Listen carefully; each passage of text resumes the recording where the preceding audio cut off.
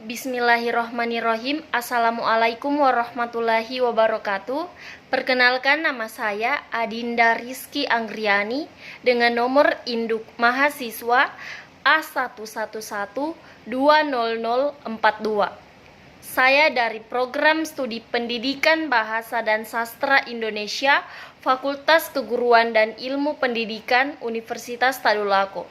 Saya dari kelas A dalam hal ini akan memenuhi tugas mata kuliah dari Pak Agustan, yakni memberikan penjelasan terkait artikel yang sudah dipilih dari salah satu situs atau website.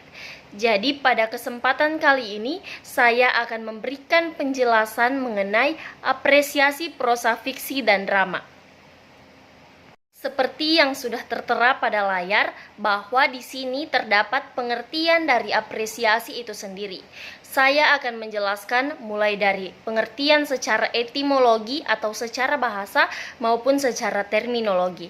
Adapun pengertian apresiasi secara etimologi, yakni kata apresiasi itu sendiri berasal dari bahasa Latin, yakni appreciatio, yang artinya menghargai. Sedangkan secara terminologi, yakni kata apresiasi ini merupakan proses penilaian atau penghargaan berupa penghargaan positif yang dilakukan oleh seseorang terhadap sesuatu atau karya yang dibuat oleh orang lain.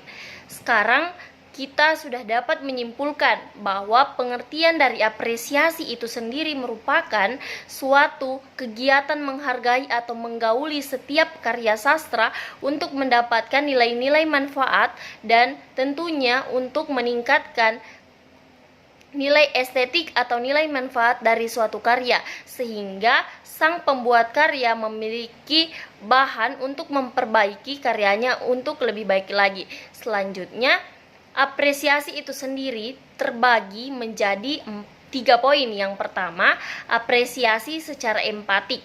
Apresiasi secara empatik ini merupakan apresiasi yang menghargai dengan cara melalui indera penglihatan saja atau hanya melibatkan indera saja. Sedangkan kita masuk pada tahap selanjutnya, ini merupakan tahap pemahaman yang lebih tinggi, yakni apresiasi secara estetis, yakni di mana kita sudah dapat mendapatkan keindahan dari setiap karya sastra tersebut. Sebab kita tidak hanya menikmatinya lewat indera saja. Ketika kita sudah menikmatinya lewat indera, kita dapat memahami serta menghayati dan mengamati secara mendalam setiap karya sastra yang dibuat.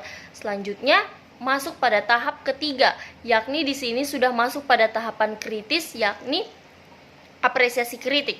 Jenis apresiasi ini aktivitas atau menghargai satu karya seni dengan cara menafsirkan, memberikan analisis, serta sudah dapat mendeskripsikan dan mengklasifikasikan, bahkan sudah dapat mengevaluasi. Ketika nantinya sudah dapat dievaluasi, nanti secara tidak langsung sudah terdapat bentuk-bentuk apresiasi ketika sudah memasukkan saran, kritik yang membangun maupun sebuah penghargaan. Selanjutnya, apresiasi tentunya memiliki manfaat, sehingga dalam hal ini seseorang berlomba-lomba untuk mengapresiasi setiap karya sastra yang orang buat. Selain kita dapat menghargai setiap karya seni dari orang lain, di situ kita juga dapat memberikan manfaat berupa kita bisa memahami tentang karya seni lebih mendalam lagi, dan kita tidak hanya melihatnya dari satu sisi saja, melainkan dari sisi-sisi lainnya. Selanjutnya, mampu meningkatkan rasa cinta kita terhadap karya seni dan sesama manusia. Dalam hal ini, rasa cinta kita terhadap karya seni akan semakin tumbuh sebab kita sudah memahaminya dan menafsirkannya lebih dalam. Dengan itu, kita sudah dapat keindahan-keindahan dan nilai-nilai manfaat atau nilai-nilai kebaikan yang ada pada dalam karya sastra tersebut. Selanjutnya, menjadi sarana untuk melakukan edukasi, hiburan, empati, dan lain-lain. Edukasi yang dimaksud ini adalah sebuah bentuk pembelajaran dari mengapresiasi karya seni. Tentunya ketika kita sudah mendalami atau memahami setiap karya sastra secara seluk-beluk dan tentunya ke dalam-dalamnya, pastinya kita sudah dapat edukasi atau pembelajaran, baik itu secara langsung ataupun tidak langsung. Selanjutnya, hiburan. Ketika kita sementara menggauli atau memahami setiap karya sastra, Tentu di dalam itu kita sudah mendapatkan sebuah hiburan, dalam hal ini mampu mengisi waktu luang kita atau menghindarkan kita dari rasa bosan, sehingga dapat dikatakan sebagai sarana atau ajang hiburan. Selanjutnya kita mampu mendapatkan empati maupun simpatik dari orang lain. Selanjutnya meningkatkan dan mengembangkan suatu karya seni menjadi lebih baik di masa mendatang.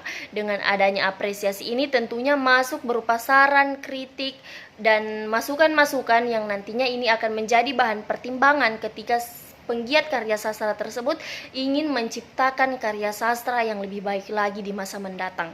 Tentunya hal ini sangat bermanfaat untuk setiap karya sastra yang dibuat. Selanjutnya, setelah kita membahas mengenai apa itu apresiasi serta manfaatnya, di sini saya akan menjelaskan pada prosanya, bahwa prosa ini secara etimologis yakni prosa diambil dari bahasa Latin, yakni prosa, yang artinya terus terang. Dan selanjutnya, prosa adalah karya tulis yang disusun dalam bentuk cerita secara bebas, tidak terikat oleh rima dan irama. Tentu ini berbeda dengan puisi, sebab prosa ini cakupannya kita bisa secara bebas namun tetap dalam terus terang. Karena prosa berasal dari bahasa Latin tadi, yakni terus terang. Tetapi ketika kita ingin membuat prosa, kita di sini tidak terikat, sehingga kita bisa lebih bebas untuk menciptakan sebuah karya sastra berupa prosa. Prosa ini memiliki jenis-jenis seperti yang kita ketahui. Yang pertama ada prosa lama serta prosa baru. Prosa lama ini tentunya ada hikayat. Hikayat, selanjutnya ada sejarah, dan selanjutnya ada kisah serta ada dongeng. Selanjutnya saya akan memberikan contoh-contoh dari baik itu hikayat, sejarah, kisah, ataupun dongeng. Berikut contoh hikayat, berikut contoh dongeng.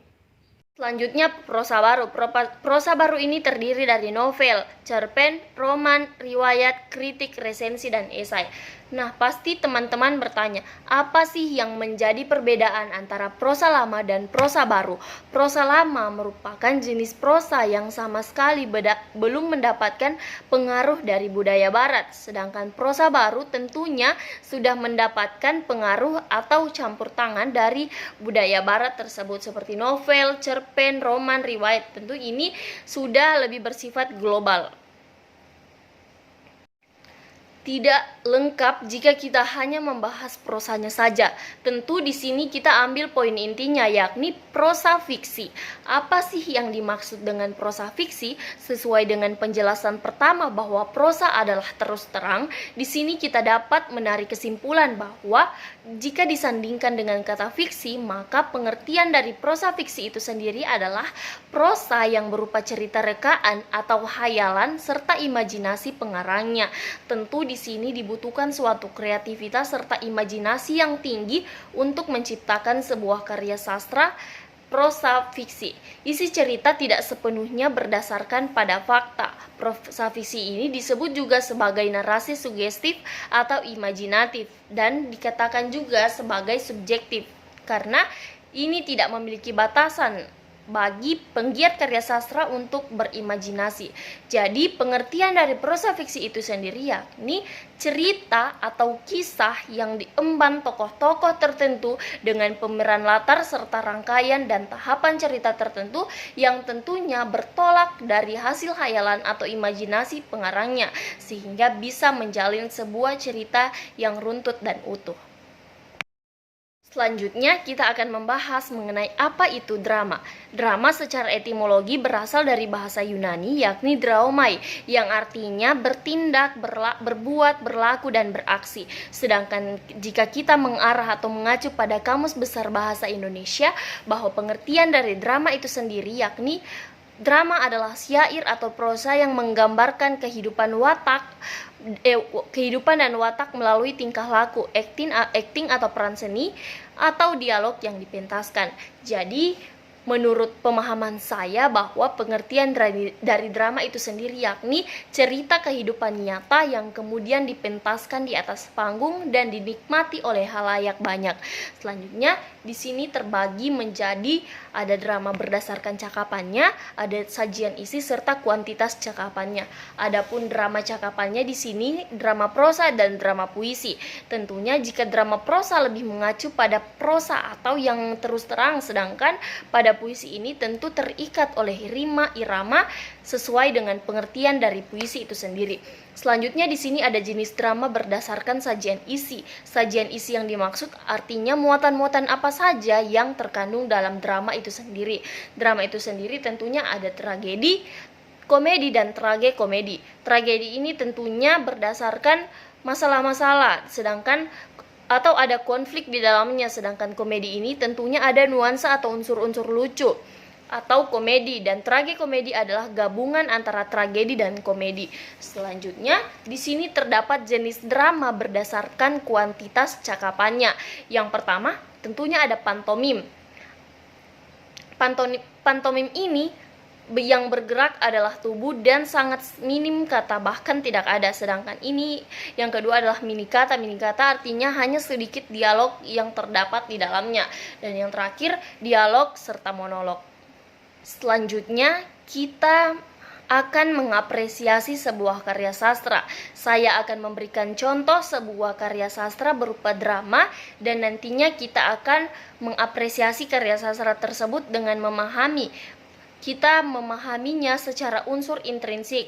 Secara unsur intrinsik ini seperti yang kita ketahui bahwa drama terdiri dari unsur intrinsik dan unsur ekstrinsik.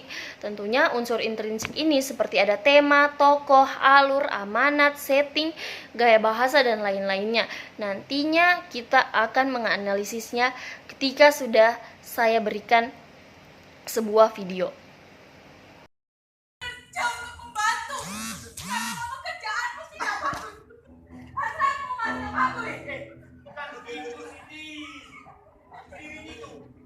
Dan siapa-siapa aku, cuma pelangganku.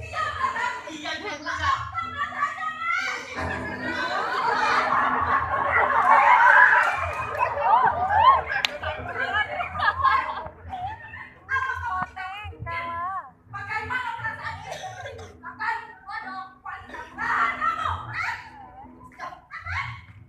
Video tadi merupakan contoh drama yang kemudian diteaterkan di atas panggung dan dinikmati oleh halayak banyak.